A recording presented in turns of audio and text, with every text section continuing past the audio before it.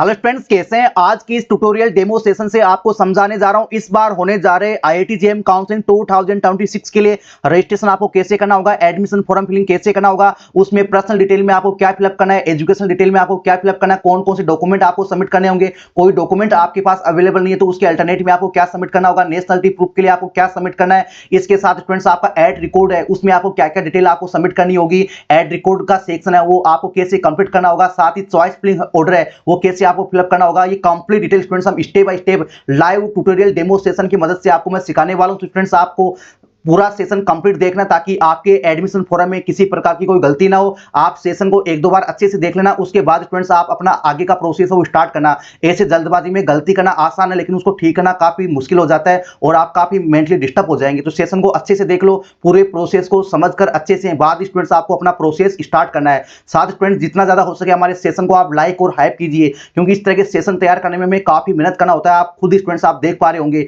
अगर आप इस सेशन पे 500 से अधिक यानी 500 प्लस आप हाइप कर देंगे तो फ्रेंड्स मैं आपके लिए सभी डिपार्टमेंट का अलग अलग चॉइस फिलिंग ऑर्डर का सेशन लेकर आ जाऊंगा। ठीक है, आपके केमिस्ट्री डिपार्टमेंट में चॉइस फिलिंग ऑर्डर किस तरह से आपको फिलअप करना होगा, प्लेसमेंट के अकॉर्डिंग या आपको बेस्ट एकेडमिक बैकग्राउंड के अकॉर्डिंग या दोनों का हाइब्रिड मोड में आपको कैसे फिलअप करना होगा, फिजिक्स का कैसे करना होगा, मैथमेटिक्स का प्लेसमेंट के अकॉर्डिंग कैसे करना होगा, प्योर मैथ के लिए कैसा करना होगा, रिसर्च ओरिएंटेड इंस्टीट्यूट के लिए आपको कैसे करना होगा। इन सभी डिपार्टमेंट का एक सेपरेट सेशन आपको मैं प्रोवाइड करवा दूंगा, लेकिन इसके लिए जरूरी है कि आप इस पे कम से कम 500 स्टूडेंट कम से कम आप जो इस पे हाइप कीजिए। आप अपने अकाउंट से एक अकाउंट से आप 3 बार हाइप कर सकते हैं, तो जितना ज्यादा हो सके स्टूडेंट्स आप इस सेशन को हाइप कीजिए। आपके लिए मैं लगातार कंसिस्टेंसी के साथ आपके लिए मेहनत कर रहे हैं स्टूडेंट्स। तो चलिए स्टूडेंट्स देर किस बात की, शुरू करते हैं। सबसे पहले स्टूडेंट्स आपको आईआईटी जेईई 2026 के ऑफिशियल वेबसाइट पे आना है। जैसे आप ऑफिशियल वेबसाइट पे आते हैं तो फ्रेंड्स जैसे आप स्कोर कार्ड चेक करते हैं या अपना रिजल्ट चेक करते हैं तो उसी वाले पोर्टल पे आपको लॉगिन करना है, यानी आपको जॉब्स पोर्टल पे आपको लॉगिन करना है। ठीक है, आप जॉब पोर्टल पे आ जाओ, यहाँ पे लॉगिन कर लो।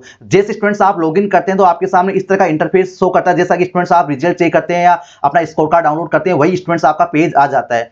अब जैसे आपका जो view result and download score card है, इसके सामने स्टूडेंट्स आपको एक टैब मिलेगा जिसमें लिखा आपका ब्लू कलर में एडमिशन फॉर्म फिलिंग। ठीक है, आप देख पा रहे हैं आपको एक टैब दिखाई दे रहा है एडमिशन फॉर्म फिलिंग। तो जो भी स्टूडेंट्स आईआईटी जेईई काउंसलिंग को पार्टिसिपेट करना चाहते हैं, ध्यान दीजिए, जो भी स्टूडेंट्स आईआईटी जेईई काउंसलिंग को इस बार पार्टिसिपेट करना चाहते हैं, आईआईटी में एडमिशन के लिए ट्राई करना चाहते हैं, काउंसलिंग को पार्टिसिपेट करना है, तो स्टूडेंट्स आपको इसी टैब से अपना जो एडमिशन फॉर्म है रजिस्ट्रेशन है वो करना होगा। तो सबसे पहले स्टूडेंट्स आपको क्या करना है, एडमिशन फॉर्म फिलिंग वाले स्टेप पे आ जाओ। यहाँ पे आपको क्लिक कर देना है, यहीं से स्टूडेंट्स आपका काउंसलिंग का जो रजिस्ट्रेशन है उसका प्रोसेस स्टार्ट होने वाला है। यहाँ पर स्टूडेंट्स आपका पहला स्टेप आ जाता है। आप ऊपर देख पा रहे होंगे आपका जो पहला स्टेप है वो आपका पर्सनल डिटेल है, सेकंड स्टेप है वो डॉक्यूमेंट्स एंड एकेडमिक डिटेल है, और थर्ड आपका जो है वो प्रोग्राम चॉइस रहने वाला है जिसको हम कॉलेज प्रेफरेंस ऑर्डर बोलते हैं, चॉइस फिलिंग ऑर्डर बोलते हैं, और लास्ट का आपका डिक्लेरेशन का रहने वाला है। ठीक है, तो यहां पर स्टूडेंट्स आप देख पा रहे हैं आपका जितना भी डिटेल है, आपका फोटो आपका आ जाएगा। ठीक है, इसके साथ ही आपका एनरोलमेंट आईडी है, नेम है, ईमेल आईडी है, आपका मोबाइल नंबर है, डेट ऑफ बर्थ आ जाएगा, अपना कैटेगरी आप चेक कर लेना।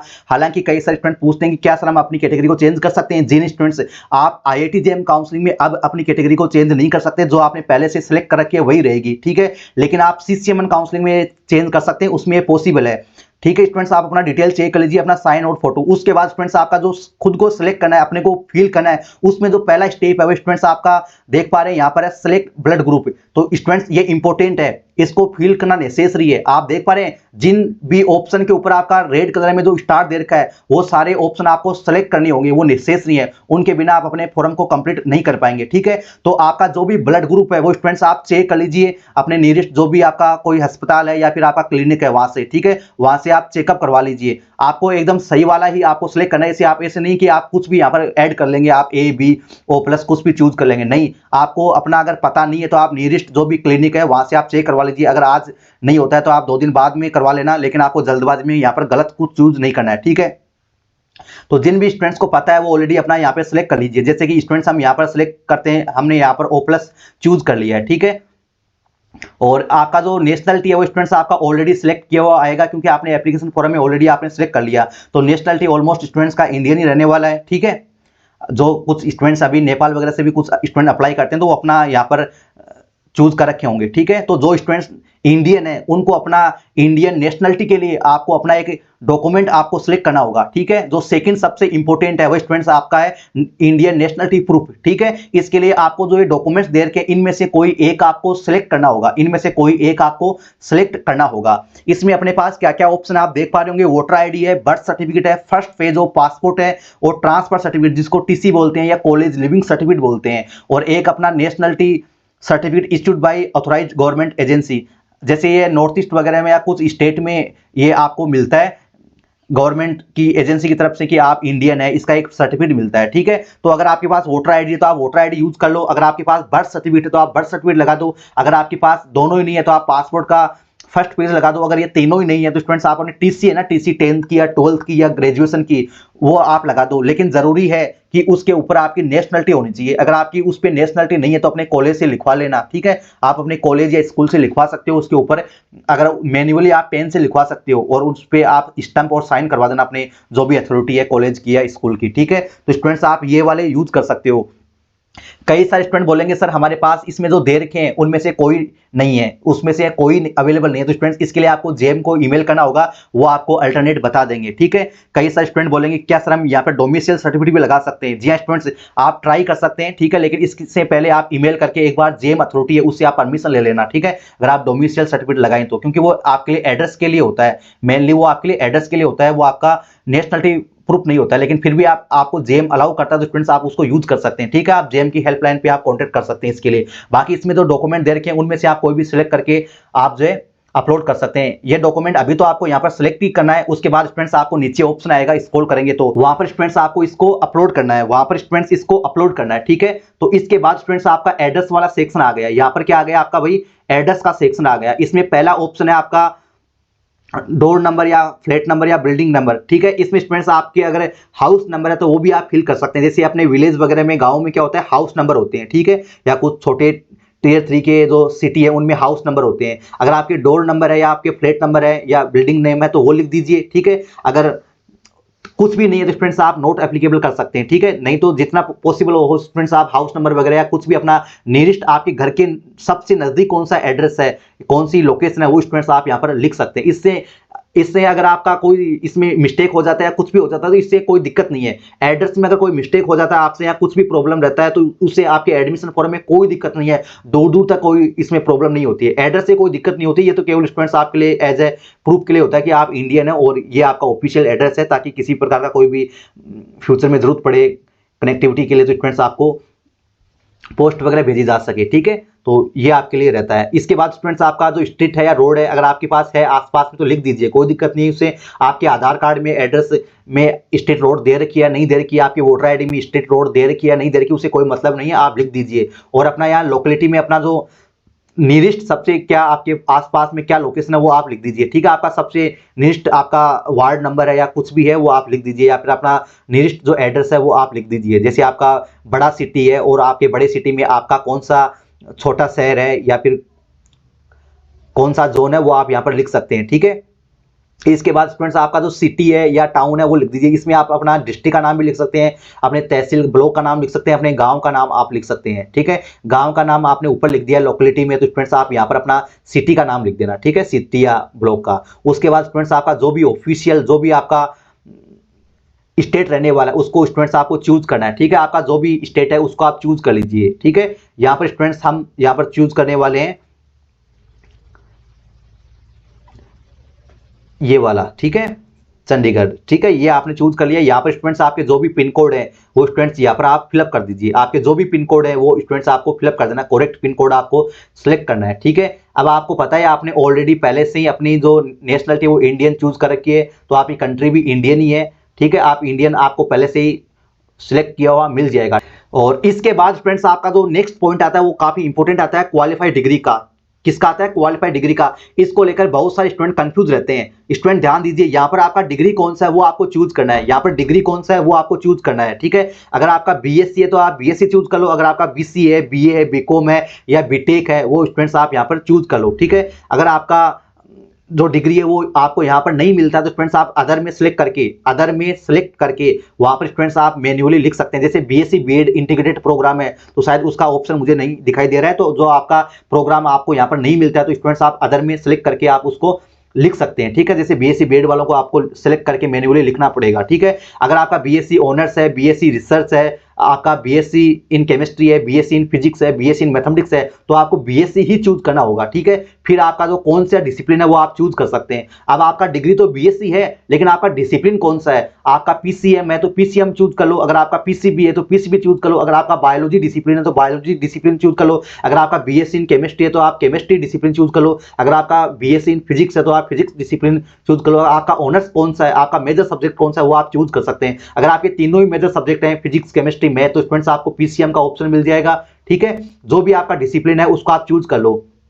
ठीक है, जैसे हम यहाँ पे नीचे स्क्रॉल करते हैं तो शायद यहाँ पर देखो, यहाँ पर केमिस्ट्री भी दे रखा है, केमिकल साइंस भी दे रखा है। जैसे बीटेक वाले स्टूडेंट्स है तो उनका डिसिप्लिन अलग अलग होता है, कंप्यूटर साइंस है या फिर उनका इलेक्ट्रिकल इंजीनियरिंग है, अलग अलग होता है, डेटा साइंस है, अर्थ साइंस है, जो भी डिसिप्लिन अवेलेबल है इंडिया में लगभग ऑलमोस्ट सारे आपको यहाँ पर मिल जाएंगे स्टूडेंट्स। ठीक है, लेकिन बीएससी वाले स्टूडेंट्स की अगर हम बात करें तो उनके लिए मेनली स्टूडेंट्स का क्या रहता है, उनका या तो मैथ्स एंड कंप्यूटिंग होता है बीएससी में, या उनका बीएससी नॉर्मल होता है। ठीक है, तो देखो यहाँ पर आपको पीसीएम मिल जाएगा। जो पीसीएम के स्टूडेंट है फिजिक्स केमिस्ट्री वेद वाले स्टूडेंट्स, वो यहाँ से आप अपना क्या चूज कर लो, पीसीएम चूज कर लो। अगर आपका फिजिक्स केमिस्ट्री बायोलॉजी तो आप बायोलॉजी चूज कर लो। अब कई सारे स्टूडेंट बोलेंगे सर हमारा तो बॉटनी जूलॉजी और केमिस्ट्री है तो हम क्या चूज करें, यहाँ पे सीबीजेड शो नहीं कर रहा। तो स्टूडेंट्स आप या तो अपना आपका पेपर केमिस्ट्री है तो आप केमिस्ट्री चूज कर लेना। ठीक है, सीबीजेड वाले स्टूडेंट्स, अगर आपका बायोटेक्नोलॉजी पेपर है तो आप बायोलॉजी चूज कर लेना। ठीक है, या आप जूलॉजी बॉटनी भी चूज कर सकते हैं, लेकिन वो आपको अलग अलग दोनों में से एक चूज करना पड़ेगा। तो आप बायोलॉजी चूज कर लेना क्योंकि आपका टोटल मिला के बायो ग्रुप हो गया। ठीक है, उससे कोई दिक्कत नहीं है।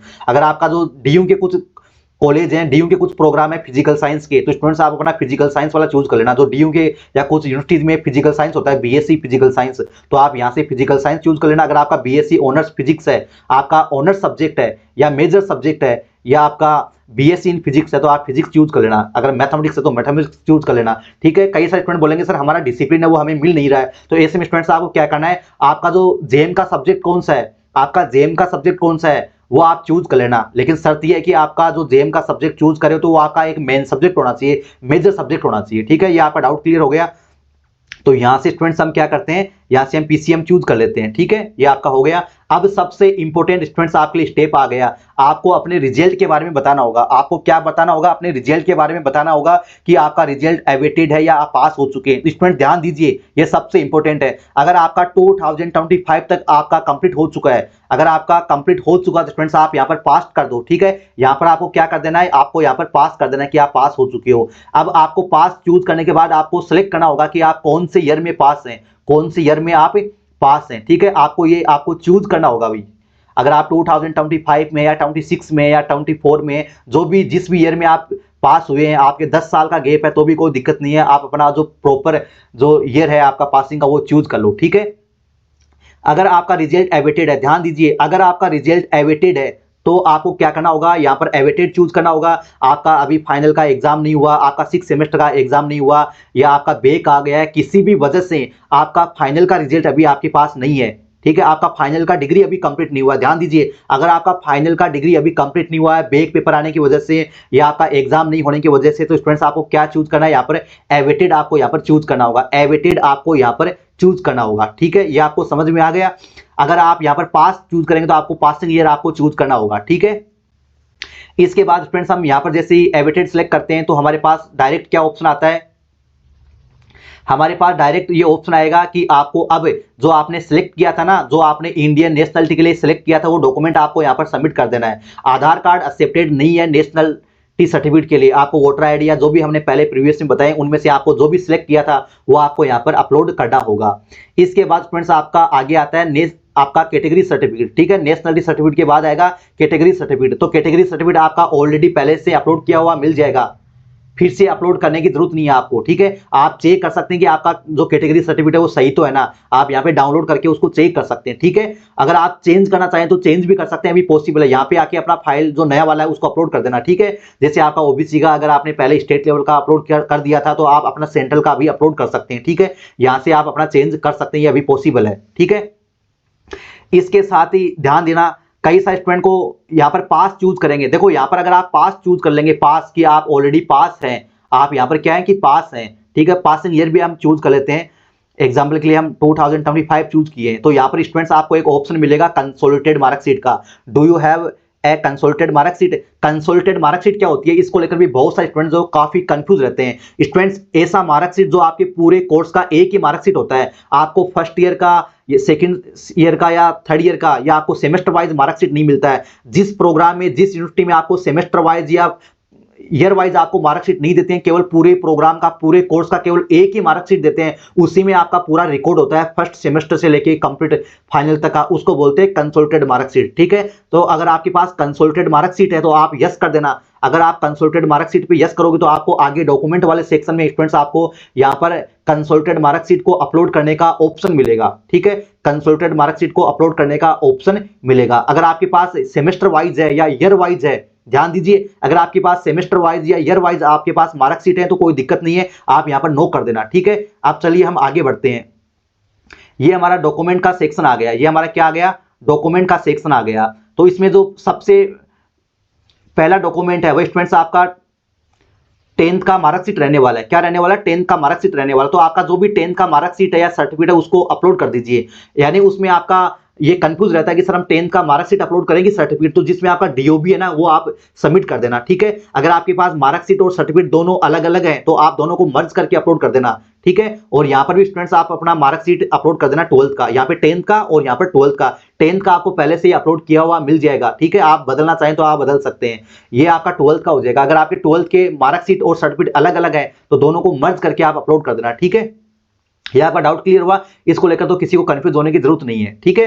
अब हमने पहले क्या चूज किया था, हमने प्रीवियस में चूज किया था कि हमारी डिग्री क्वालिफाई हो चुकी है, हमारी डिग्री क्वालिफाई हो चुकी है, हमने पास कर लिया है अपना जो भी ग्रेजुएशन का डिग्री है। तो यहाँ पर अपने को डिग्री सर्टिफिकेट अपलोड करने के लिए बोलेंगे, यहाँ पर क्या बोलेंगे, डिग्री सर्टिफिकेट अपलोड करने के लिए बोलेंगे। अब कई सारे ऐसे स्टूडेंट हैं, ध्यान दीजिए, कई सारे ऐसे स्टूडेंट हैं जिनके पास ग्रेजुएशन तो कंप्लीट हो चुका है, उनका बीएससी या बीटेक तो कंप्लीट हो चुका है, लेकिन अभी उनके पास ऑफिशियल डिग्री सर्टिफिकेट नहीं है, उनके पास ऑफिशियल डिग्री सर्टिफिकेट नहीं है। तो यहाँ पर आपको अपलोड करना तो जरूरी है। देखो आप देख पा रहे हैं यहाँ पर अपलोड डिग्री सर्टिफिकेट पे यहाँ पे आपको रेड कलर में दे रखा है कि ये डॉक्यूमेंट आपको सबमिट करना होगा। जिनके पास डिग्री है ही नहीं तो वो क्या सबमिट करें? तो ऐसे में स्टूडेंट्स आप अपना डिक्लेरेशन फॉर्म है जो अनेक्जर 8 है उसको आप यहाँ पर अपलोड कर सकते हैं। ये बिल्कुल स्टूडेंट्स आप अपलोड कर सकते हैं, ठीक है। अगर आपके पास डिग्री सर्टिफिकेट नहीं है तो आप अपना जो डिक्लेरेशन फॉर्म है अनेक्जर 8 है जिसको अंडरटेकिंग फॉर्म बोलते हैं, उसमें लिखा है ना डिग्री का ऑप्शन, वहां पर नोट सबमिटेड पे क्लिक कर देना। डिक्लेरेशन फॉर्म में नोट सबमिटेड पे क्लिक कर दो डिग्री वाले ऑप्शन पे और उसको आप यहां पर अपलोड कर देना। डिक्लेरेशन फॉर्म को आगे भी अपलोड करना है, ठीक है। जैसे डिक्लेरेशन का ऑप्शन आएगा लास्ट में, उसमें तो डिक्लेरेशन फॉर्म अपलोड करना ही है। अगर आपके पास डिग्री नहीं है तो यहां पर भी आपको डिक्लेरेशन फॉर्म ही अपलोड करना होगा, ठीक है। अगर आपके पास प्रोविजनल डिग्री है, अगर आपके पास प्रोविजनल डिग्री है तो यहां पर आप प्रोविजनल डिग्री भी सर्टिफिकेट है उसको भी आप अपलोड कर सकते हैं, ठीक है। लेकिन जो आपका डिक्लेरेशन फॉर्म है उसमें तो आपको डिग्री नोट सबमिटेड पे ही क्लिक करना है। अगर आपके पास प्रोविजनल सर्टिफिकेट है, प्रोविजनल डिग्री सर्टिफिकेट है, तो भी स्टूडेंट्स आपको डिक्लेरेशन फॉर्म में डिग्री नोट सबमिटेड पे ही क्लिक करना है, क्योंकि provisional degree certificate note equivalent two degree, यानी डिग्री के इक्वल नहीं है प्रोविजनल डिग्री सर्टिफिकेट, ठीक है। वो तो प्रोविजनल होता है, ठीक है, अस्थायी होता है कुछ समय के लिए, जब तक आपका डिग्री आपको नहीं मिलता तब तक के लिए, ठीक है। तो यहाँ पे स्टूडेंट्स ये आपका डाउट क्लियर हुआ। अगर आप अपेयरिंग चूज करेंगे, आप अपेयरिंग चूज करेंगे, आपका रिजल्ट एविटेड है तो स्टूडेंट्स आपको ये वाला ऑप्शन है, ये स्टूडेंट्स आपको शो नहीं करेगा। ये केवल उन्हीं स्टूडेंट्स को शो करेगा डिग्री सर्टिफिकेट का ऑप्शन है जिनका रिजल्ट अभी आ चुका है, जो रिजल्ट पास कर चुके हैं अपनी डिग्री को। जो एविटेड चूज करेंगे उनको ये ऑप्शन देखने को नहीं मिलेगा, ठीक है स्टूडेंट्स।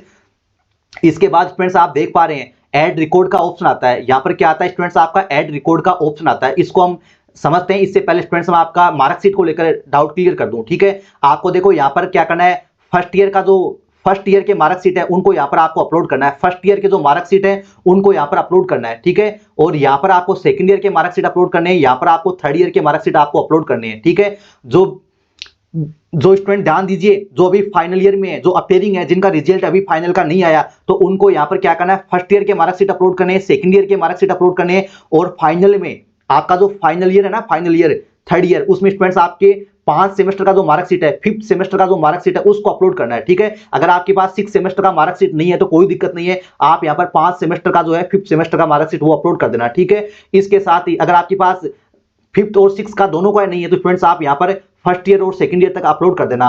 अब कई सारे स्टूडेंट्स ये बोलेंगे सर हमारा तो सेमेस्टर वाइज है, हम क्या करें? तो स्टूडेंट्स आपको फर्स्ट सेमेस्टर और सेकंड सेमेस्टर का पीडीएफ बनाकर एक जगह मर्ज करके आपको यहां पर अपलोड करना है। फिर सेकंड ईयर में आपके 2 सेमेस्टर होते हैं, थर्ड और फोर्थ, तो थर्ड और फोर्थ सेमेस्टर का जो पीडीएफ है वो बनाकर यहां पर अपलोड करना है। और फिफ्थ सेमेस्टर में और 6 सेमेस्टर का दोनों का पीडीएफ बनाकर स्टूडेंट्स आपको यहां पर अपलोड करना है। यानी समझ गए, जिनका सेमेस्टर है उनको 2-2 सेमेस्टर के जो पीडीएफ है या 2-2 सेमेस्टर के मार्कशीट है उनको मर्ज करके एक पीडीएफ में आपको यहां पे ईयर वाइज आपको अपलोड करना होगा। ठीक है, फर्स्ट और सेकंड सेमेस्टर का फर्स्ट ईयर में आ जाएगा, थर्ड और फोर्थ सेमेस्टर का मार्कशीट है उसको मर्ज करके एक पीडीएफ में सेकंड ईयर में अपलोड कर दो, और फिफ्थ सिक्स का आप थर्ड ईयर में कर दो। अगर आपका 4 ईयर का डिग्री है, अगर आपका बीटेक है, तो स्टूडेंट्स आपको यहां पर क्या करना है, आपको फोर्थ ईयर में आपको 7 और 8 सेमेस्टर का मार्कशीट यहां पर अपलोड कर देना है। अब जिनका बीएससी 3 साल का है उनको फोर्थ ईयर में कुछ नहीं करना है। जिनका बीएससी 3 साल का है या जिनका बीएससी 4 साल का है लेकिन वो 3 साल के बाद एग्जिट कर रहे हैं, नई एजुकेशन पॉलिसी के तहत वो 3 साल के बाद ही एग्जिट करें, तो इस स्टूडेंट को फोर्थ ईयर में कुछ नहीं करना है, फोर्थ ईयर में कोई डॉक्यूमेंट आपको अपलोड नहीं करना है। ठीक है, जिनका बीएससी ग्रेजुएशन 3 साल का है, जिनका 4 साल का बीएससी है उनको अपलोड करने की जरूरत है, आपको अपलोड करने की जरूरत नहीं है फिफ्थ ईयर तक। जितने साल का आपका प्रोग्राम है उतने साल तक स्टूडेंट्स आपको यहाँ पर डॉक्यूमेंट अपलोड करने की जरूरत रहने वाली है। ठीक है, इसके बाद देखिए ध्यान से स्टूडेंट्स, लास्ट में स्टूडेंट्स आपका क्या डॉक्यूमेंट आता है? लास्ट में स्टूडेंट्स आपका सबसे इंपॉर्टेंट डॉक्यूमेंट आता है आपका डिक्लेरेशन फॉर्म। ये आपको लास्ट में मिलेगा ऑप्शन डिक्लेरेशन फॉर्म। आप देख पा रहे हैं सबसे लास्ट में जो ऑप्शन मिलेगा डिक्लेरेशन फॉर्म का मिलेगा। डिक्लेरेशन फॉर्म को कैसे फिलअप करना है, कैसे आपको सबमिट करना है, इसका भी हमने लाइव ट्यूटोरियल डेमो सेशन बना दिया है, उसको भी आप अच्छे से देखिए। हम स्टूडेंट्स आपको कंटिन्यूसली आपके लिए हम फुल सपोर्ट करें स्टूडेंट्स, ताकि आप अपनी काउंसलिंग को अच्छे से कर पाए, आप अपने IIT NIT में जाने का सपना साकार कर पाए। हम लगातार स्टूडेंट्स आपके लिए फुल प्रयास करें स्टूडेंट, तो उसका हमने सेशन बना दिया है। आप इस पीडीएफ को यहां से डाउनलोड भी कर सकते हैं, देखो दे रखा ना नीचे ब्लू कलर में, click here to download the declaration form, यहां से भी डाउनलोड कर सकते हैं। अगर यहां से डाउनलोड ना करें तो आपको जो एडमिशन ब्राउजर है उसमें भी आपको मिल जाएगा। ठीक है, अब स्टूडेंट्स अपना जो सबसे इंपॉर्टेंट जो सेक्शन था, इसको लेकर बहुत सारे स्टूडेंट कंफ्यूज रहते हैं। सबसे इंपॉर्टेंट जो सेक्शन है वो स्टूडेंट्स हमारा है एड रिकॉर्ड का। कौन सा सेक्शन है? एड रिकॉर्ड का। यहां पर स्टूडेंट्स आपको क्या करना होगा, आपका सेमेस्टर वाइज है तो आपको सेमेस्टर वाइज अपना जो मार्कशीट में रिकॉर्ड है कि कौन से पेपर आपके थे सेमेस्टर में या ईयर में, या कौन से पेपर थे, कितने मार्क्स के थे, कितने आपने ऑब्टेन किए, वो सारा रिकॉर्ड स्टूडेंट्स आपको यहाँ पर सेमेस्टर वाइज है तो सेमेस्टर वाइज, अगर ईयर वाइज है तो ईयर वाइज स्टूडेंट्स आपको यहाँ पर रिकॉर्ड ऐड करना होगा। ठीक है, एग्जाम्पल के लिए स्टूडेंट्स मैं आपको समझाता हूं। आपका अगर सेमेस्टर वाइज है तो आपको सेमेस्टर वाइज चूज करना है, अगर आपका ईयर वाइज है तो आपको ईयर वाइज आपको चूज करना है। स्टूडेंट्स ध्यान दीजिए, यहां पर स्टूडेंट्स आपका ऑप्शन दे रखा है सिलेक्ट ईयर सिलेक्ट सेमेस्टर। ठीक है, तो यहां पर स्टूडेंट्स आपको क्या करना है, यहां पर स्टूडेंट्स आपको क्या करना है, पहले सिलेक्ट फर्स्ट ईयर करना है, क्योंकि फर्स्ट ईयर से तो हमारा डिग्री स्टार्ट होता है, तो पहले फर्स्ट ईयर आ गया। अगर आपका सेमेस्टर है तो आप सेमेस्टर चूज कर लो। फर्स्ट ईयर में अपने 2 सेमेस्टर होते हैं, पहला और दूसरा, तो फर्स्ट चूज कर लो। अगर आपका ईयर है, अगर आपका सेमेस्टर तो आप फर्स्ट सेमेस्टर चूज कर लो। ठीक है, अगर आपका सेमेस्टर आपके है ही नहीं, आपका तो ईयरली मोड है, कई सारे स्टूडेंट का बोलेंगे सर हमारा तो ईयर वाइज है, हमारे सेमेस्टर होते नहीं है, तो स्टूडेंट्स आप क्या करो, यहाँ पर नोट अप्लीकेबल कर दो कि भाई हमारे तो सेमेस्टर नहीं है, हमारे तो केवल ईयर वाइज है, तो आप ईयर वाइज चूज कर लो यहाँ पर। इसके बाद स्टूडेंट्स आपको क्या करना होगा, यहाँ पर स्टूडेंट्स आपको अपना जो आपके मार्कशीट है ना, आपके मार्कशीट, बहुत सारे स्टूडेंट कंफ्यूज रहते हैं कि सर हम कैसे फिल करें, कैसे ऐड करें। तो आपकी मार्कशीट जो दे रखी है ना, आप अपने फर्स्ट ईयर का या पहले सेमेस्टर का मार्कशीट उठाओ और उसको चेक करो, उसमें क्या क्या पेपर दे रखे हैं आपके, वो पेपर स्टूडेंट्स आपको यहाँ पर ऐड करने हैं। ठीक है, वो सब्जेक्ट, अगर आपके सब्जेक्ट दे रखे हैं डायरेक्ट तो आप सब्जेक्ट ऐड कर दो। ठीक है, अगर आपके सब्जेक्ट के जो पेपर है इंडिविजुअल वो अलग अलग दे रखे हैं तो उनको अलग अलग लिख दो। जैसे किसी स्टूडेंट्स के organic chemistry, physical chemistry, industrial chemistry, ये अलग अलग दे रखा होता है, तो आप अलग अलग फिल कर दो। अगर आपकी मार्कशीट में इनका कोर सब्जेक्ट भी दे रखा है, कोर पेपर दे रखा है केमिस्ट्री, तो आप केमिस्ट्री लिख के आप उनका जो ऑब्टेन मार्क्स है वो आप लिख दो और मैक्सिमम मार्क्स है वो आपको लिख दो। ठीक है, अगर आपके ग्रेड पॉइंट है तो आप ग्रेड पॉइंट में लिख देना, अगर आपके मार्क्स में है तो आप मार्क्स में लिख देना। ठीक है, जैसा आपको कंफर्टेबल लगे वैसा आपको लिख देना है। ठीक है, इसके साथ ही सबसे इंपॉर्टेंट ये भी है, आपको पूरे प्रोग्राम का रिकॉर्ड ऐड करना होगा। आपको पूरे प्रोग्राम का ऐड रिकॉर्ड करना होगा। अगर आपका 3 साल का डिग्री है तो आपको 1 से लेकर 3 साल तक, अगर आपका सेमेस्टर है तो 1 सेमेस्टर से लेकर 6 सेमेस्टर तक, अगर आपका बीटेक है तो पूरे बीटेक का 4 साल का 8 सेमेस्टर का आपको रिकॉर्ड ऐड करना होगा। अब आप में से कई सारे स्टूडेंट बोलेंगे सर हमारा तो रिजल्ट आया ही नहीं, हम 6 सेमेस्टर का रिकॉर्ड कैसे ऐड करें, 6 सेमेस्टर का रिकॉर्ड ऐड कैसे करें, हमारे पास तो 5th सेमेस्टर का मार्कशीट भी नहीं है। तो ध्यान दीजिए स्टूडेंट्स, ध्यान दीजिए, अगर आपके पास मार्कशीट नहीं है किसी सेमेस्टर का तो कोई प्रॉब्लम नहीं है, आप उनका पेपर का नाम लिख देना। अगर आपका 6 सेमेस्टर का एग्जाम नहीं हुआ तो कोई दिक्कत नहीं है, आप उनका पेपर का नाम लिख देना। आपका जो भी है, फिजिक्स है, केमिस्ट्री है, मैथमेटिक्स है, थर्मोडायनामिक्स है, या फिर जो भी आपके पेपर है 6 सेमेस्टर में, 5th सेमेस्टर में, ठीक है, जो जिनके एग्जाम नहीं हुए, जिनके मार्कशीट नहीं है, उनके नाम लिख दो। और ऑप्टेन में भी आपको 0-0 फिल करना है। अगर आपका एग्जाम नहीं हुआ, आपका रिजल्ट नहीं आया, तो उन पेपर का आपको ऑप्टेन में भी 0-0 फिल करना है, और आपका जो मैक्सिमम है उसमें भी आपको 0-0 फिल करना है, ठीक है। ऐसा नहीं कि आप उनमें तो जो मैक्सिमम है उनमें तो आप पूरे मार्क्स लिख दो और ऑप्टेन में आप 0 लिख दो, तो इसका मतलब है कि आप फेल हो गए। तो ऐसा नहीं करना है, आपको 0-0 भी फिल करना है, ठीक है। ये डाउट क्लियर हुआ। अब हम एग्जांपल से समझते हैं। देखो, हम यहाँ पर ईयर हमने 1 चूज कर लिया, हमारे सेमेस्टर नहीं है तो हमने सेमेस्टर नॉट एप्लीकेबल कर लिया। अब हम यहाँ पर सब्जेक्ट का नाम लिखते हैं। यहाँ पर हम लिखते हैं, जैसे मान लो हम केमिस्ट्री लिखते हैं, ये हमने केमिस्ट्री लिखा, ठीक है। अगर किसी स्टूडेंट का ये से भी है, ठीक है, ध्यान दीजिए, अगर किसी स्टूडेंट के केमिस्ट्री 1 है, केमिस्ट्री 2 है, केमिस्ट्री 3 है, तो ऐसे नहीं लिखा जाएगा, ठीक है। केमिस्ट्री 1 नहीं लिखा जाएगा, उसको आपको क्या लगाना है, ये चिन्ह लगाना है आपको, है ना, माइनस वाला, और फिर आपको यहाँ पर आई लिख देना है, यानी आपको रोमन में आपको लिखना होगा ये वाला। अगर आपको इसको 2 लिखना चाहो, अगर आप इसको 2 लिखना चाहो तो आप इसको क्या लिख दोगे, ऐसे लिख दोगे। अगर आपको 3 लिखना है तो आप इसको ऐसे लिख दोगे, ठीक है। अगर आपको 4 लिखना है तो आप अपने जो सब जानते हैं आप रोमन में आप लिख देना, ठीक है, ऐसे लिख देना आप। और वैसे 1 2 3 4 5 वैसे नहीं लिखा जाएगा अपना न्यूमेरिक में, ठीक है, ऐसे आपको लिखना होगा, ठीक है। तो मैं यहाँ पर करता हूँ कि भाई हमारे केमिस्ट्री था केवल, ठीक है, फर्स्ट में, और उसमें हमारे टोटल मार्क्स कितने थे, टोटल मार्क्स हमने क्या कर दिया, 100 कर दिया, तो 100 थे। अगर आपके 150 है या 125 है या 200 था या 250 था, जो भी था वो अपनी मार्कशीट के अकॉर्डिंग आप यहाँ पर फिल कर देना। मैं यहाँ पर 100 फिल करता हूँ, ठीक है। और मैंने इसमें कितने अचीव किए, इसमें मान लो मैंने 76 अचीव किए, ठीक है। ये मैंने ऐड कर लिया, ये मैंने अच्छे से देख लिया। अब इसको क्या कर देना, इसको ऐड रिकॉर्ड पे क्लिक कर देना। ये देखो ऐड रिकॉर्ड हो गया, देखो हो गया ना ये ऐड रिकॉर्ड, देखो आप सब देख पा रहे हो, सब देख रहे हो ना, देखो हो गया ऐड रिकॉर्ड। ऐसे ही मेरे को अब दूसरा पेपर भी तो ऐड करना है। आपके जो वही पेपर आपके इसमें ऐड करने हैं जिनसे आपका रिजल्ट तैयार होता है। ऐसे पेपर को ऐड नहीं करना है जिनसे आपका रिजल्ट तैयार नहीं होता है। जैसे आपके जो इंटरडिसिप्लिनरी प्रोग्राम होते हैं या स्किल डेवलपमेंट वाले प्रोग्राम होते हैं या लैंग्वेज वाले प्रोग्राम होते हैं, हिंदी इंग्लिश, तो उनसे आपका रिजल्ट तैयार, उनमें आपका रिजल्ट में कंट्रीब्यूट नहीं होता है उनका। वो केवल पासिंग वाले जो सब्जेक्ट है ना, जिनको केवल पास करना होता है, उनको यहाँ पर ऐड करने की जरूरत नहीं है। जिनसे आपका रिजल्ट तैयार होता है वही सब्जेक्ट आपको ऐड करने, यानी आपके जो मेन सब्जेक्ट है, कोर सब्जेक्ट है, वो आपको ऐड करने हैं, ठीक है। जैसे डीयू के स्टूडेंट है तो उनके जो मेन सब्जेक्ट है वो तो है ही, साथ में जो एईसी करके और भी कई सब्जेक्ट होते हैं, जेनिक पेपर है, उनसे भी अगर आपका रिजल्ट तैयार होता है तो वो भी आपको सारे ऐड करनी है, ठीक है। तो यहाँ पर स्टूडेंट्स मैं क्या करता हूं, यहाँ पर मैं मान लो मेरे केमिस्ट्री 2 पेपर थे, केमिस्ट्री के कितने पेपर थे, मेरे 2 थे, तो मैं दूसरा पेपर भी ऐड करता हूं, वो भी हमारा 100 का ही था, और उसमें मैंने कितने अचीव किए, मान लो इसमें मैंने तैयारी अच्छी थी तो इसमें और एक्स्ट्रा मार्क्स आ गए, तो इसको भी मैंने ऐड कर दिया। देखो हमने 2 पेपर ऐड कर दिए केमिस्ट्री के। अब कई सारे स्टूडेंट ये बोलेंगे सर हमारा जो लैब का है, लैब के पेपर क्या इसमें एक साथ कैलकुलेट कर सकते हैं? जी हाँ स्टूडेंट्स, अगर आप अपने थ्योरी का और इंटरनल मार्क्स का या लैब का, वो आप सबको तीनों को मिलाकर भी आप लिख सकते हो और आप अलग अलग भी लिख सकते हो। अगर आप अलग अलग लिखोगे तो आपको ज्यादा एंट्री करनी पड़ेगी, अगर आप सबको मिलाकर आप लिखोगे तो आपका कम एंट्री में काम हो जाएगा। तो स्टूडेंट जैसा आपको कंफर्टेबल लगे वैसे आप कर सकते हो। आप इंटरनल मार्क्स का और अपना थ्योरी मार्क्स का और प्रैक्टिकल का, इन तीनों को मिलाकर भी एक साथ लिख सकते हो, ठीक है। आपका जो मैक्सिमम मार्क्स है वो तीनों को मिलाकर मैक्सिमम मार्क्स बन जाएगा, उन तीनों में मिलाकर आपका ऑप्टेन मार्क्स कितना, वो ऑप्टेन मार्क्स बन जाएगा, ठीक है। आप चाहे तो लैब का अलग लिख सकते हो और थ्योरी का अलग लिख सकते हो, ठीक है। जैसा आपको कंफर्टेबल लगे वैसे आप लिख सकते हो, इससे कोई दिक्कत नहीं आता है, ठीक है।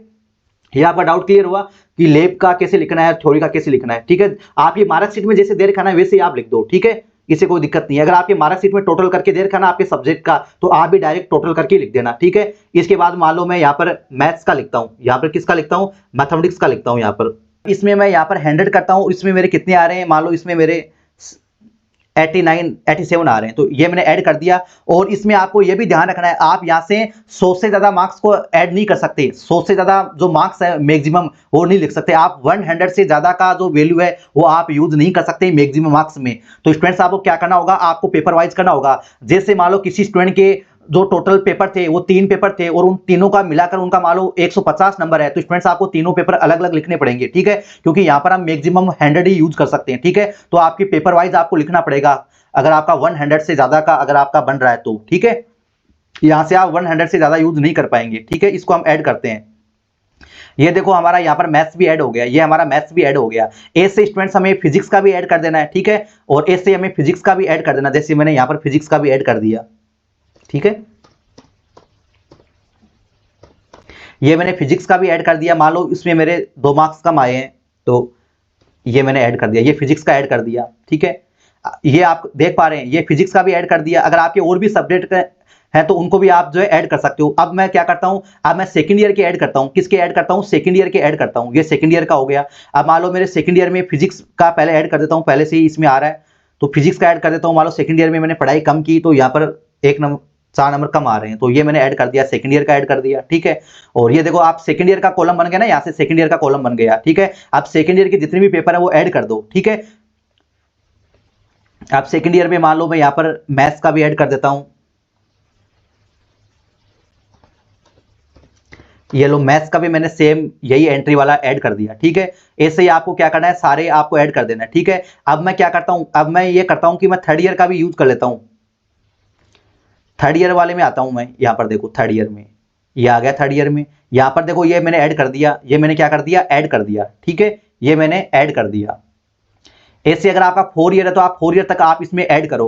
अब कई सारे स्टूडेंट ये बोलेंगे सर हमारा तो थर्ड ईयर का रिजल्ट ही नहीं आया, तो ऐसे में स्टूडेंट्स आपको क्या करना है, अगर आपका थर्ड ईयर का रिजल्ट नहीं आया तो आपको टोटल मार्क्स भी 0-0 फिल करना है। जिन भी पेपर का आपका रिजल्ट बाकी है, पेंडिंग है, तो उनके पेपर का नाम तो आपको लिखना है, सब्जेक्ट का नाम तो आपको लिखना है, लेकिन टोटल मार्क्स है वो आपका क्या आएगा, यहाँ पर 0-0 आपको यहाँ पर फिल करना है। ये आपको समझ में आ गया। और ऑप्टेन मार्क्स भी 0-0 और टोटल मार्क्स भी 0-0। अगर आप टोटल मार्क्स में फुल कर देंगे और ऑप्टेन में आप 0 कर देंगे तो इसका मतलब हो जाएगा आप फेल हो गए। तो आपको टोटल और ऑप्टेन दोनों ही 0-0 फिल करना है। किस कंडीशन में, जब आपका रिजल्ट पेंडिंग हो, रिजल्ट आपका आया नहीं हो। देखो ये मैंने आपको कर दिया। तो ऐसे आपको बाकी जो पेपर है उनका भी आप 0-0 फिल कर देना, ठीक है। अब बात करते हैं कि सर हमें तो सेमेस्टर वाइज बताओ, हमें तो सेमेस्टर वाइज बताओ, हमारे तो ये समझ में नहीं आया, हमें तो सेमेस्टर वाइज बताओ। तो सेमेस्टर वाइज स्टूडेंट्स मैं आपको बताता हूं, ठीक है।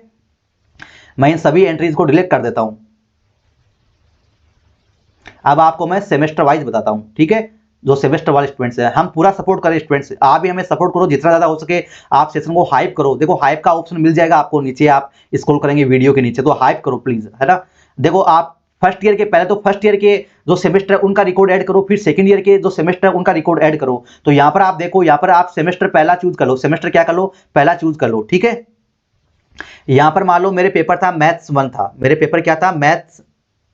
इसमें मेरे कितने मार्क्स आए वो मैं यहां पर फिल कर देता हूं। मान लो मेरे 50 नंबर का पेपर था। कितने नंबर का पेपर था, 50 नंबर का पेपर था।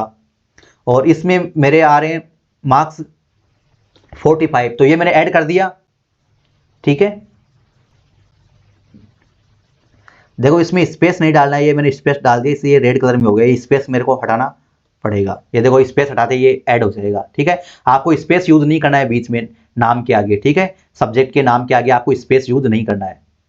ये देखो ऐड हो गया। ऐसे आपको बाकी जो पेपर है ना वो सेमेस्टर वाइज ऐड कर दो, ठीक है। मान लो मैथ्स मेरे सेकंड भी था, 2 पेपर थे मैथ्स के, तो मैं उनको ऐड कर देता हूं। सेम नंबर आए मेरे, ये ऐड कर दिया। अब आपको सेकंड सेमेस्टर के ऐड कर लेने हैं, ठीक है। आपको केमिस्ट्री फिजिक्स जो भी पेपर है वो सारे ऐड करने हैं। मैं तो केवल आपको यहाँ पर डेमो के लिए समझा रहा हूं, ठीक है। आप सेकंड सेमेस्टर के आप ऐसे ऐड कर लो, ठीक है। जैसे मैं इस सेम यही एंट्री ऐड करता हूं, यहाँ पर पेपर में 3 कर देता हूं यहाँ पर, ठीक है। और ये देखो मैंने ऐड कर दिया, तो ये सेकंड सेमेस्टर में आ जाएगा। किस में आ जाएगा, सेकंड सेमेस्टर में आ जाएगा। अब मैं बात करता हूं कि सेकंड ईयर का चूज करना है मेरे को, तो यहाँ पर सेकंड ईयर चूज कर लो, सेकंड ईयर चूज कर लो, ठीक है। अगर आप सेकंड ईयर चूज करेंगे, आप ईयर चेंज करेंगे तो आपके सेमेस्टर वही रहेंगे, फर्स्ट और सेकंड। तो कई सारे स्टूडेंट कंफ्यूज हो जाएंगे, सर ये सेमेस्टर क्यों नहीं चेंज हो रहे, हम तो ईयर चेंज करें। तो आपका यहाँ पर थर्ड और फोर्थ नहीं आएगा।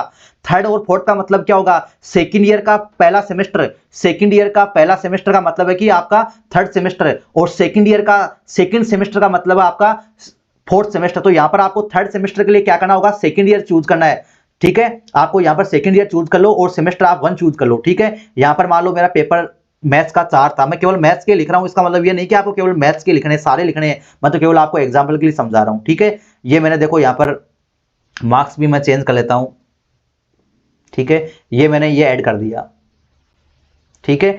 ये ऐड कर दिया, ठीक है। ऐसे ही आपको क्या करना है, आपका जो यानी यहां पर आपको थर्ड फोर्थ सेमेस्टर नहीं दे रखा है, फिफ्थ सिक्स सेमेस्टर आपको ईयर वाइज दे रखे हैं। हर साल में आपके 2-2 सेमेस्टर होते हैं, तो उन दोनों सेमेस्टर का आपको लिखना है। जैसे आपके थर्ड ईयर में आपके 2 सेमेस्टर होते हैं, तो आपको जो थर्ड ईयर चूज कर लेना आपको, ठीक है। और जो आपका फिफ्थ सेमेस्टर है उसका मतलब है कि थर्ड ईयर का पहला सेमेस्टर, और आपका जो सिक्स सेमेस्टर है उसका मतलब है थर्ड ईयर का आपका सेकंड सेमेस्टर। तो आपको ऐसे ही आपको क्या करना है, थर्ड ईयर का आपको चूज कर लेना है। आप एक बार आप इसका चूज कर लो, ये आपका हो गया सेकंड ईयर का सेकंड सेमेस्टर, मतलब फोर्थ सेमेस्टर, ठीक है। इसमें मान लो मेरे मैथमेटिक्स का पेपर रहने वाला है, पेपर नंबर 5, ये हो गया। और यहां पर मैं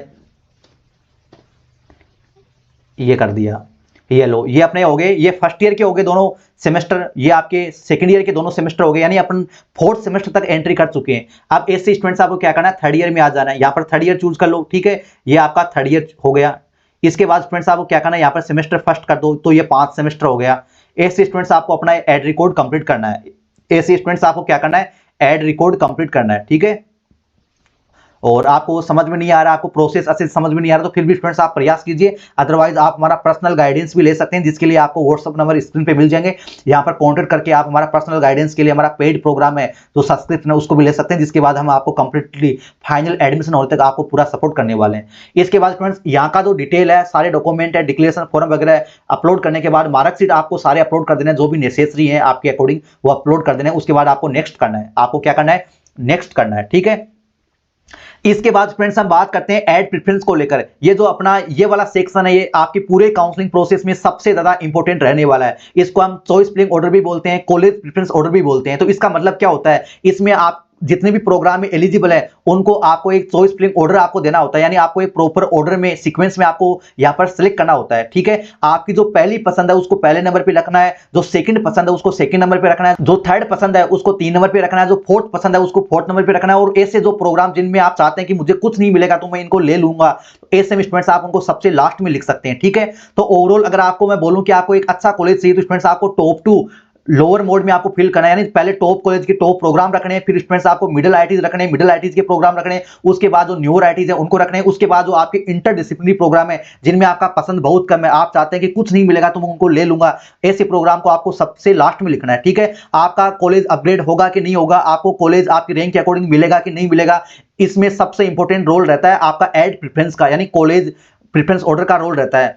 कई सारे स्टूडेंट अगर अपना चॉइस फिलिंग गलत डाल देंगे, कई सारे स्टूडेंट्स ऐसा गलती करते हैं हर साल। मैं नहीं चाहता कि आप भी कोई स्टूडेंट्स आप में से जो इस सेशन देख रहा है वो गलती करें। आप अपना चॉइस फिलिंग ऑर्डर सही से आपको फिल करना है, आपको वही कॉलेज ऐड करने हैं, आपको वही कॉलेज के प्रोग्राम ऐड करने हैं जिनमें आप एलिजिबल है, जिनमें आप 100% एलिजिबल है। आप अगर किसी ऐसे प्रोग्राम को ऐड कर लेंगे जिसमें आप एलिजिबल नहीं है और बाय द वे वो आपको मिल जाएगा, तो स्टूडेंट्स आप काउंसलिंग से बाहर हो जाएंगे, आपकी पूरी मेहनत पे आपका पानी फिर जाएगा। तो स्टूडेंट्स आपको पूरी सावधानी के साथ अपना जो चॉइस फिलिंग ऑर्डर आपको कंप्लीट करना है। अगर आप इस पे 500 प्लस हाइप कर देंगे, 500 से आप ज्यादा स्टूडेंट्स इस पे हाइप कर देंगे सेशन पे, तो स्टूडेंट्स मैं आपके लिए सभी जो डिपार्टमेंट है केमिस्ट्री, फिजिक्स, मैथमेटिक्स, बायोटेक्नोलॉजी, उन सभी के लिए मैं आपको सेपरेट सेशन प्रोवाइड करवा दूंगा कि किस डिपार्टमेंट वाले स्टूडेंट्स को अपना चॉइस फिलिंग ऑर्डर कैसे फिलअप करना है, ठीक है, उसका मैं सेपरेट सेशन बना दूंगा। चॉइस फिलिंग ऑर्डर के रिगार्डिंग स्टूडेंट्स मैं आपको बताना चाहूंगा इसका मतलब क्या होता है चॉइस फिलिंग ऑर्डर का। जैसे मान लो आपको 7 नंबर का कॉलेज मिल गया फर्स्ट राउंड में, या आपको मान लो 15 नंबर का कॉलेज मिल गया, 15 नंबर का आपका जो प्रोग्राम था वो आपको मिल गया, तो आपका जो अगला राउंड आएगा उसमें आपके जो नीचे वाले कॉलेज है, 15 नंबर का जो कॉलेज आपको मिला है उसे नीचे वाले कॉलेज है जितने भी वो सारे हट जाएंगे। अब जो आपको नेक्स्ट राउंड में अगर कोई कॉलेज मिलेगा तो स्टूडेंट्स आपको 1 से लेकर जो 14 तक के जो कॉलेज है, प्रोग्राम है, उन्हीं में से आपको मिलेगा, ठीक है। इसको बोलते हैं अपग्रेड होना। आप आईआईटी जेईई काउंसलिंग हो या कोई भी काउंसलिंग हो उसमें आप अपनी कॉलेज को डिक्रीज नहीं कर सकते, आप केवल अपग्रेड हो सकते हैं, या आपको जो कॉलेज मिल चुका है उसको आप लॉक कर सकते हैं, उसको आप फ्रीज कर सकते हैं, ठीक है। तो आपको मान लो सेकंड राउंड में या थर्ड राउंड में अगर कोई कॉलेज मिलेगा तो वो स्टूडेंट्स आपको जो आपको कॉलेज मिला है उसे ऊपर वाले में मिलेगा, ठीक है, उससे ऊपर वाले में ही मिलेगा। मान लो आपको थर्ड राउंड में आपको मान लो 7 नंबर का कॉलेज मिल गया, तो आपका जो आगे वाला राउंड आएगा, 4 नंबर का राउंड आएगा, उसमें स्टूडेंट्स आपको जो कॉलेज मिलेगा, अब वो आपको 7 नंबर से ऊपर वाले जो कॉलेज है, 6 नंबर वाला जो कॉलेज आपको मिला है उससे ऊपर वाले जो कॉलेज है उसमें से आपको मिलेगा, यानी 1 से 6 में से आपको मिलने वाला है, ठीक है। अगर आपको कुछ नहीं मिलेगा आगे वाले राउंड में, तो जो अभी आपको करंट टाइम में जो आपको लास्ट तक जो आपको मिल चुका है वो स्टूडेंट्स आपका फाइनल कॉलेज रहने वाला है। तो इसमें स्टूडेंट्स आप समझे, अगर आप अपना ऑर्डर ही गलत फिल कर देंगे तो स्टूडेंट्स आपका अपग्रेड ही नहीं हो पाएगा। कोई स्टूडेंट्स सबसे पहले जम्मू को रख देगा और उसको जम्मू ही मिल जाएगा, तो स्टूडेंट्स उसका फिर अपग्रेड कैसे होगा। यानी अगर जम्मू उसको मिल गया फर्स्ट नंबर पे उसने रखा था तो सारे कॉलेज तो उसके कैंसिल हो गए, अब उसका अपग्रेड नहीं होगा। तो ऐसे स्टूडेंट्स आपको किसी तरह की कोई गलती नहीं कर देनी स्टूडेंट्स, ठीक है।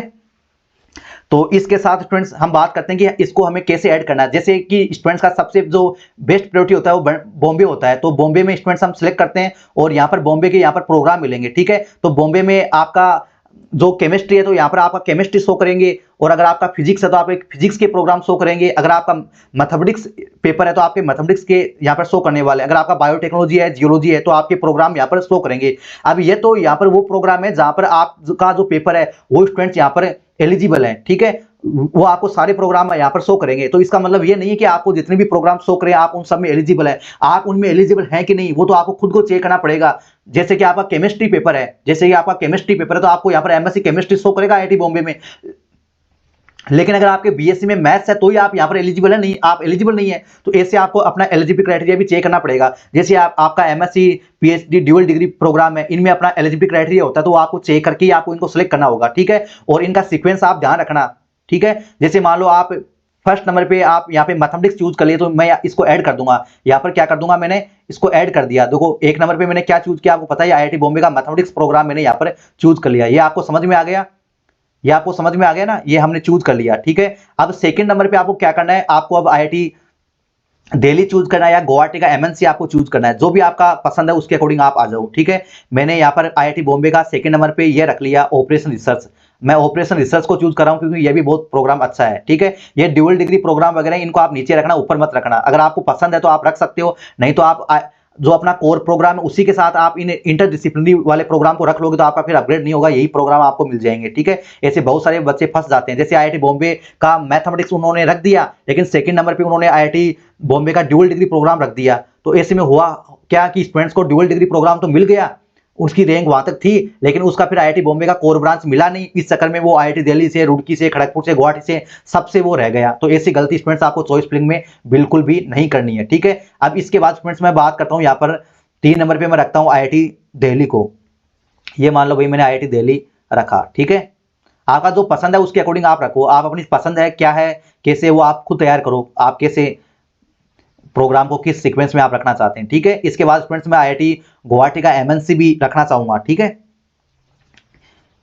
ये आईआईटी गुवाहाटी में अपने 2 प्रोग्राम है मैथ्स वालों के लिए, एक तो प्योर मैथ है और एक एमएनसी है। एमएनसी कट ऑफ थोड़ी हाई रहती है, ठीक है। ये जो कट ऑफ दिखा रही है ना आपको, जो कट ऑफ दिखा रही है लास्ट ईयर की कट ऑफ है, इस बार की कट ऑफ नहीं है ना। ये आपको आइडिया दे रहे हैं कि इसकी कट ऑफ लगभग इतनी जाती है, तो आप अपनी रैंक के अकॉर्डिंग भी अपना चॉइस फिलिंग ऑर्डर अच्छे से फिल करो, ठीक है। ये ओपनिंग क्लोजिंग रैंक जो आपको शो कर रखी है लास्ट ईयर के ऊपर दे रखा है ना 2025, ठीक है। आप कंफ्यूज मत होना कि सर इस बार की कट ऑफ आ गई क्या, ये हो गया। आप इसको इंटरचेंज भी कर सकते हो, इनको आप क्या कर सकते हो, इंटरचेंज भी कर सकते हो, ठीक है। ये मैंने स्टूडेंट्स आपका, इसके बाद मैं रखता हूं आईआईटी रुड़की को रखता हूं।